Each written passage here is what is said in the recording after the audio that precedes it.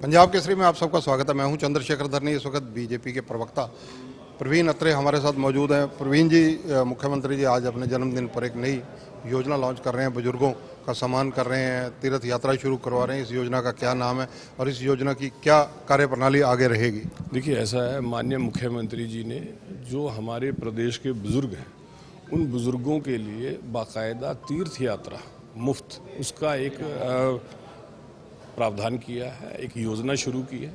हर जिले से 200 बुजुर्ग जो है वो तीर्थ यात्रा पे जाएंगे।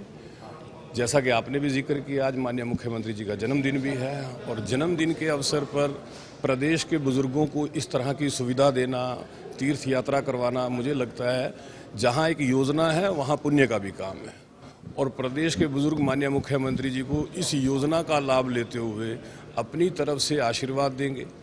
जो हमारे प्रदेश के मुख्यमंत्री दीर्घायु हों, यशस्वी हों और हरियाणा प्रदेश का इसी तरह से विकास लगातार करते रहें, हरियाणा प्रदेश की जनता को इसी तरह से सुख सुविधाएं प्रदान करते रहें, इस तरह की कामना प्रदेश के बुजुर्ग करेंगे। चुनावी वर्ष 2024 वो दस्तक दे रहा है, कहीं उसको देखते हुए बुजुर्ग याद तो नहीं आ रहे? नहीं, देखिए, ऐसा है, इसका चुनाव से कोई संबंध नहीं है। सबसे बड़ी बात यह, और चुनाव में तो अभी लंबा समय है, लगभग 1.5 साल पड़ा है चुनाव के अंदर।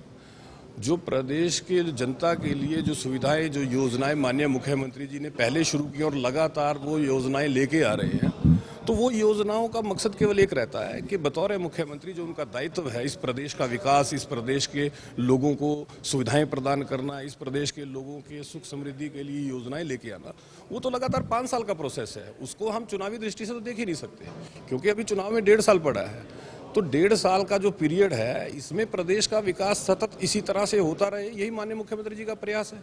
अगर आप चुनावी दृष्टिकोण से देखेंगे तो उस दृष्टिकोण से तो ये लगता है कि इसका मतलब आगे कोई योजना ही ना लेके आए या कोई काम ही ना करें।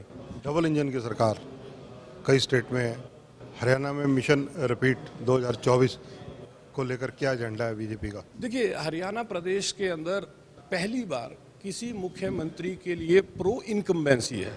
आज तक हरियाणा प्रदेश में ऐसा कभी हुआ ही नहीं है कि कोई मुख्यमंत्री 8.5 साल प्रदेश का मुख्यमंत्री रहे और उसके लिए प्रो इनकम्बेंसी हो। और जो मुख्यमंत्री इस लंबे समय तक मुख्यमंत्री जिनको मौका मिला बनने का, आमतौर पे देखा गया है कि एंटी इनकम्बेंसी 5 साल में ही मुख्यमंत्री के लिए हो जाती है।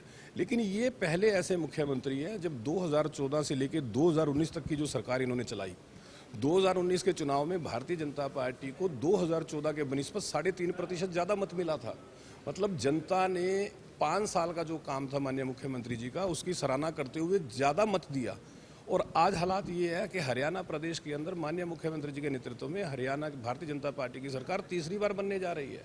इस प्रदेश के अंदर प्रो इनकम्बेंसी 8.5 साल की सरकार के बाद ये पहली दफ़ा हो रहा है। पहलवान विशेषकर जो दिल्ली में जिस प्रकार से धरने, प्रदर्शन, आंदोलन हुए, उसको कैसे देखते हैं आप? देखिए, ऐसा है, वैसे तो वो विषय जो है भारतीय कुश्ती संघ और जो खिलाड़ी हैं उनके बीच का विषय है। खिलाड़ियों की जो बार बार एक बात कह रही है कि दिल्ली पुलिस की जांच पे भरोसा नहीं है, दिल्ली पुलिस भी हरियाणा की सरकार के अधीन काम नहीं करती, भारतीय कुश्ती संघ भी हरियाणा सरकार के अधीन काम नहीं करता, तो इसीलिए ये विषय हरियाणा का तो नहीं है। लेकिन जो हमारे खिलाड़ी हैं, हमारे खिलाड़ियों ने देश का नाम रोशन किया है, मेडल जीते हैं। लेकिन कहीं ना कहीं मुझे लगता है कि जैसे 21 तारीख को उन्होंने शिकायत दी थी और 23 तारीख को वो धरने पे आके बैठ गए थे 48 घंटे के बाद, उनको समय देना चाहिए था, मेरा ऐसा मानना है। क्योंकि 48 घंटे ज़्यादा नहीं होते। अगर पुलिस को कोई शिकायत मिलती है तो पुलिस शुरुआती एक जांच करती है, तथ्यों को परखती है, उसके बाद उसके ऊपर एक्शन होता है। लेकिन जो हमारे खिलाड़ी हैं उन्होंने भी धैर्य नहीं रखा, धैर्य उनको रखना चाहिए था। और हमारा तो मानना है न्याय होना चाहिए, जो भी दोषी है, जांच में जो भी दोषी पाया जाता है उसके खिलाफ कार्रवाई होनी चाहिए। प्रवीण जी, जिस प्रकार से मिशन 2024 हर राजनीतिक दल का लक्ष्य है, चाहे वो लोकसभा हो या विधानसभा हो, इसको देखते हुए अब जातीय सम्मेलन, चाहे वो कांग्रेस है, चाहे आम आदमी पार्टी है, चाहे अब बीजेपी है, सारे राजनीतिक दल राजनीति करेंगे, इनकी शुरुआत हरियाणा में हो चुकी है।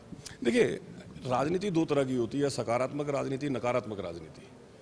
भारतीय जनता पार्टी सकारात्मक राजनीति करती है, माननीय मुख्यमंत्री जी सकारात्मक राजनीति करते हैं। लेकिन हमारे विपक्षी दल लगातार नकारात्मक राजनीति कर रहे हैं।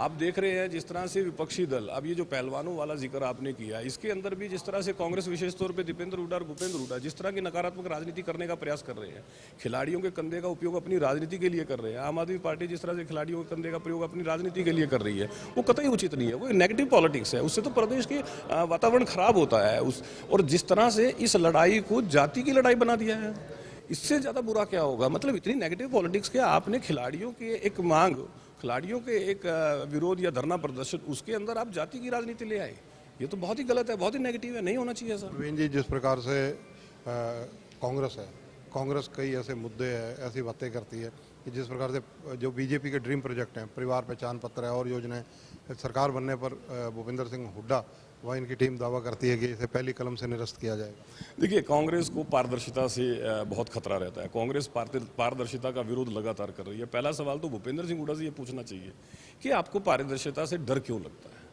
क्यों आप परिवार पहचान पत्र जैसी ऐसी योजना, जिस योजना की वजह से हरियाणा प्रदेश के जो योग्य व्यक्ति है या जो कहिए जिन लोगों को योजनाओं का लाभ मिलना चाहिए, हरियाणा का गरीब शोषित वंचित समाज जिसको योजनाओं का लाभ मिलना चाहिए था, आज परिवार पहचान पत्र की वजह से योजनाओं का लाभ उनके दरवाजे उनके घर तक पहुंच रहा है। कांग्रेस उसका विरोध क्यों कर रही है? कांग्रेस को पारदर्शिता से डर क्यों लगता है? ये सवाल भूपेंद्र सिंह हुड्डा से पूछना चाहिए। आज परिवार पहचान पत्र की वजह से 12 लाख ऐसे बीपीएल कार्ड बने जो लोग योग्य थे, बनना चाहिए था लेकिन नहीं बना था। ये परिवार पहचान पत्र ही है ना जिसने उन 12 लाख लोगों का कार्ड एक क्लिक से बनाया, और वो लोग उस योजना का बीपीएल कार्ड का लाभ ले रहे थे जो लोग उस कैटेगरी से बाहर चले गए थे। इनेलो, जिसमें आप भी पहले रहे हैं, आजकल पद यात्रा पर है और पद यात्रा के माध्यम से हरियाणा को नापने का काम किया जा रहा है। देखिए, जहाँ तक इंडियन नेशनल लोकदल की बात है, इंडियन नेशनल लोकदल, देखिए हर राजनीतिक दल प्रयास करता है, हर राजनीतिक दल अपनी प्रासंगिकता साबित करने का प्रयास करता है, हर राजनीतिक दल जनता के बीच में जाता है, रैली, जलसे, जुलूस, यात्राएं सब करता है। देखना यह है कि प्रदेश की जनता किस तरह से लेती है इंडियन नेशनल लोकदल की इस यात्रा को, वो ज़्यादा महत्वपूर्ण है।